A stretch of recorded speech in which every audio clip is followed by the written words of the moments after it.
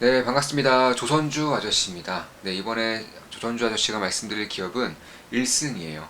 일단 일승에 대해서 아시는 분들은 거의 없을 것 같습니다. 왜냐면 기존에 조선 기자재 기업 혹은 조선주로서 거의 엮이지 않는 그런 기업이기 때문에 그런 것인데, 사실 이번에 친환경 정책 IMO 이슈 MEPC 80차에서 2050년까지 탄소 배출 제로를 천명하면서 사실 일승과 같은 그런 기업들이 상당히 큰 영향도를 받을 수 있을 것이라고 생각을 하고 있습니다. 일승에 대해서 간단하게 좀 말씀을 드릴게요.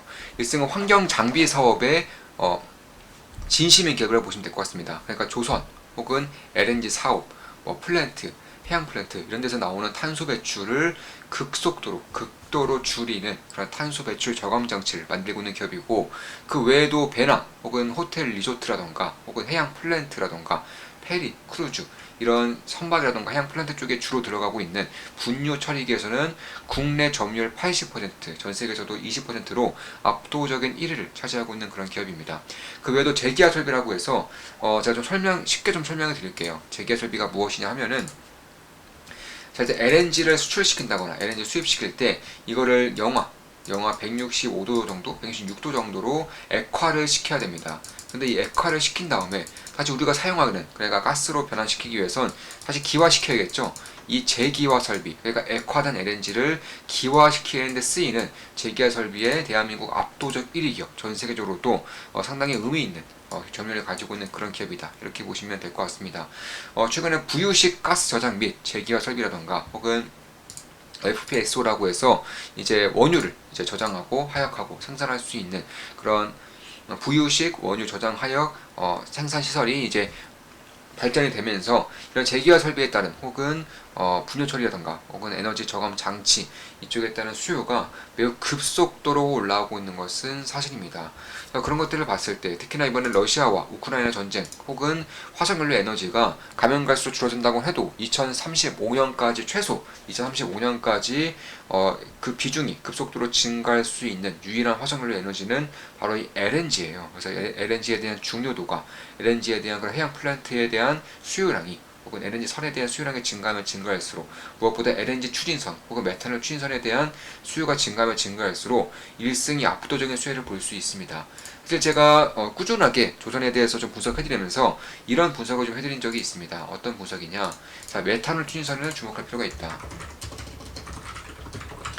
원래 과거 한 2년 전까지만 하더라도 메탄올 추진선은 거의 없는 말이었어요. 원래는 LNG 추진선에 대한 기대가 상당히 컸었는데, 이게 최근에 대형 컨테이너선을 위주로 메탄올 추진선으로 많이 변화하고 있습니다. 그도 그럴 것이, 이번에 MEPC 80에서 올해 연말까지 나올 수 있는 규제안 중에서 하나가 바로 탄소뿐만 아니라 질소 산화물도 규제하겠다, 이렇게 밝히고 있는 것이고, 여기서 좀 치명적인 이슈 중에 하나가 LNG 추진선은 탄소는 아주 많이 급감합니다. 그런데 질소가 문제예요. 질소는 별로 급감하지 않아요. 급감 정도가 작습니다.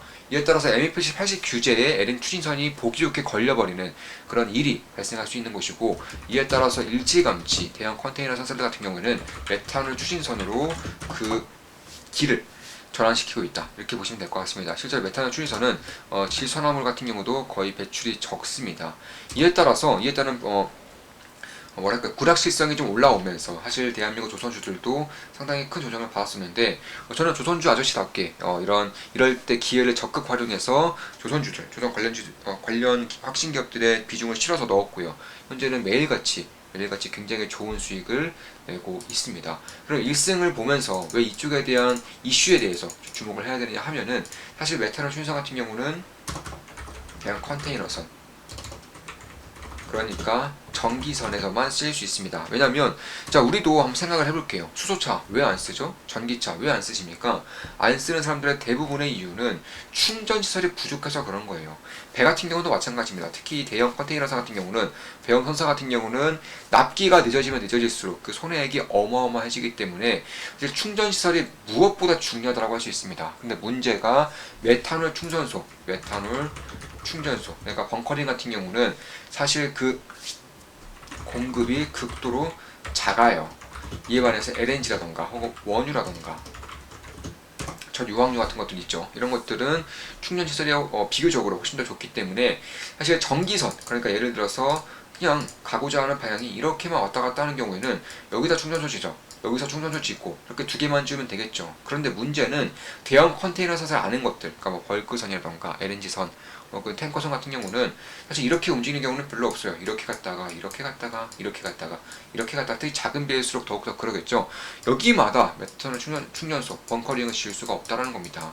이에 따라서 LNG 추진선으로 갈 수밖에 없는 형태가 현재 중소형 선사들이 처한 그런 상태인데, 그런 것들을 좀 자세하게 설명드리다 보면 결국 1승이 가져갈 수 있는 수요 정도가 고스란히 나타난다, 이렇게 보시면 될 것 같습니다. 그리고 7월 8일에 우리 필승 멤버 2기 멤버분들이 오프라인 모임이 있었죠. 그 이후에 우리 2기 멤버분 중에 한 분이 이렇게 굉장히 고마운 값진 선물을 보내주셨습니다. 자, 필승 사부님 위스키 좋아하신다고 하셔서 선물로라도 드리고 싶은데, 보시면 이게 위스키 냉장고 같은 거예요. 위스키 홈바입니다. 이런 선물을 좀 주셨고, 굉장히 좀 감사하게 받았어요. 정말 지금도 굉장히 감사한 마음을 가지고 있습니다. 셋 중에 하나를 알아야 마음을 전달해 줄 수 있을 것 같아서요. 후기는 일 때문에 내일 올릴 예정입니다.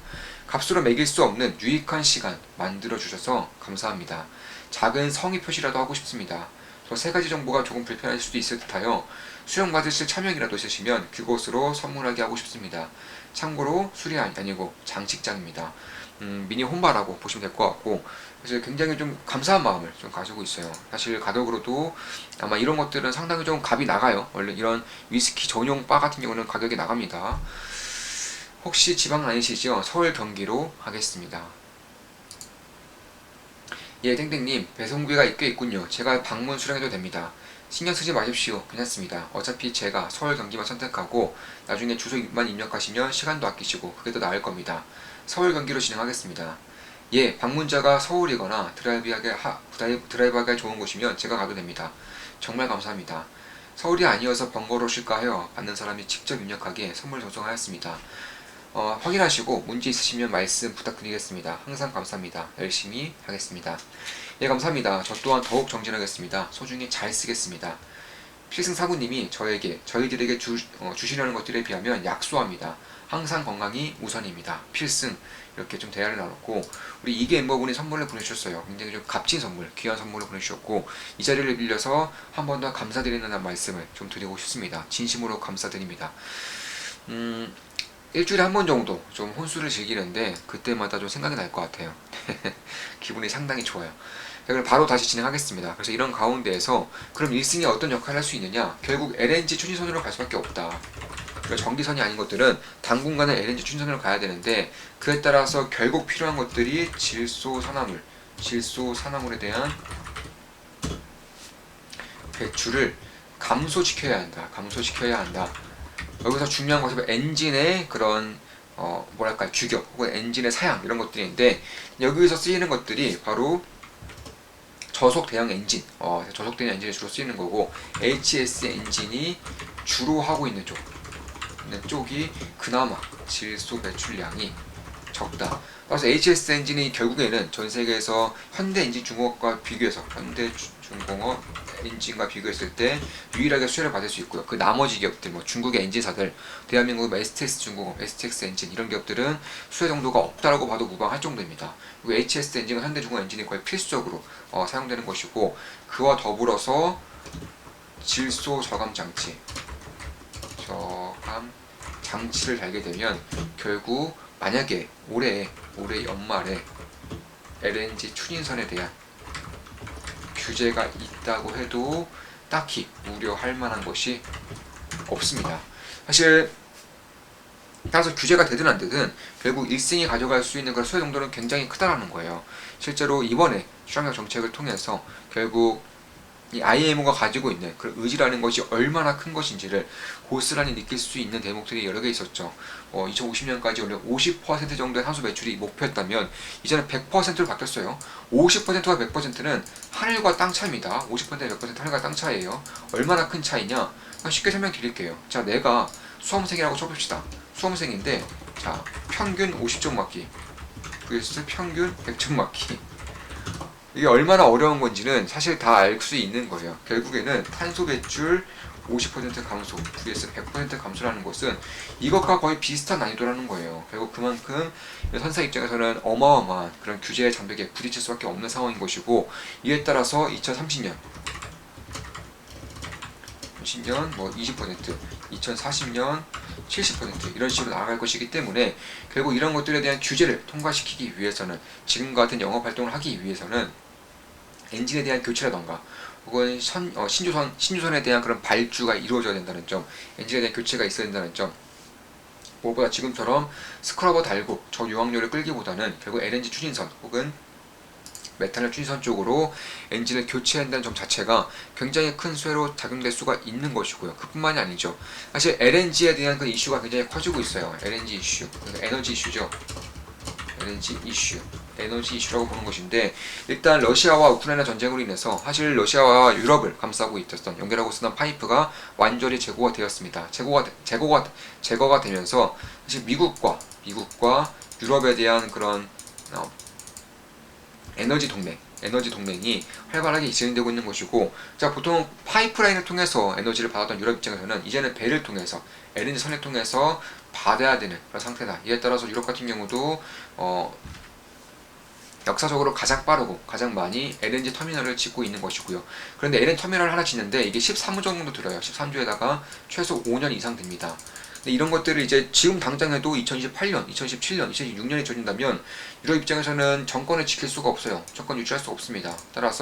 이에 따라서 이제 부유식 재기화 설비를 통해서 하는 것인데, 자, 예를 들어 보면은 원래는 육상 플랜트를 통해서 재기화를 통해서 이제 LNG를 전국에 이제 발전소로 뿌려줬다면, 이제는 부유식을 통해서 건설 기간은 대략 50% 이하, 그리고 건설 비용도 대략 한 60% 이하로서 집계 됨으로써 LNG 선을 통해서 부유식 재기화 시설로 넘기면, 이 부유식 재기화 시설을 통해서 육상 발전소로 넘기는 겁니다. 그리고 이렇게 저 재기화 설비가 바로 1승이 만드는 거예요. 1승이 재기화 설비를 만들고 있습니다. 전 세계적으로도 거의 탑급의 기술력을 가지고 있고요. 이런 기업의 시가총액이 현재 약간 1386원 정도밖에 안 돼요. 물론 제 모든 영상은 매수매도 추천 리딩 절대 아닌 거 다들 알고 계시죠? 참고하시면 되겠습니다. 이에 따라서 사실 중소형주이기 때문에 변동성이 상당히 클 수밖에 없는 그런 상태이지만, 일단 대주주도 세진중공업으로 바뀌었고요. 세진중공업 같은 경우는 현대중공업 그룹의 거의 독점적인 벤더예요. 자, 세진중공업은 현대중공업 그룹의 독점 벤더입니다. 이에 따라서 1승 같은 경우도 세진중공업을 통해서 현대중공업으로 간다거나 이런 식으로 통해서 결국에는 재기화 설비 혹은 배에 들어가는 갖가지 저감 장치라던가 분유식 처리기라던가 이런 것들에 대한 수요 정도가, 혹은 재기화 시설도 마찬가지고요.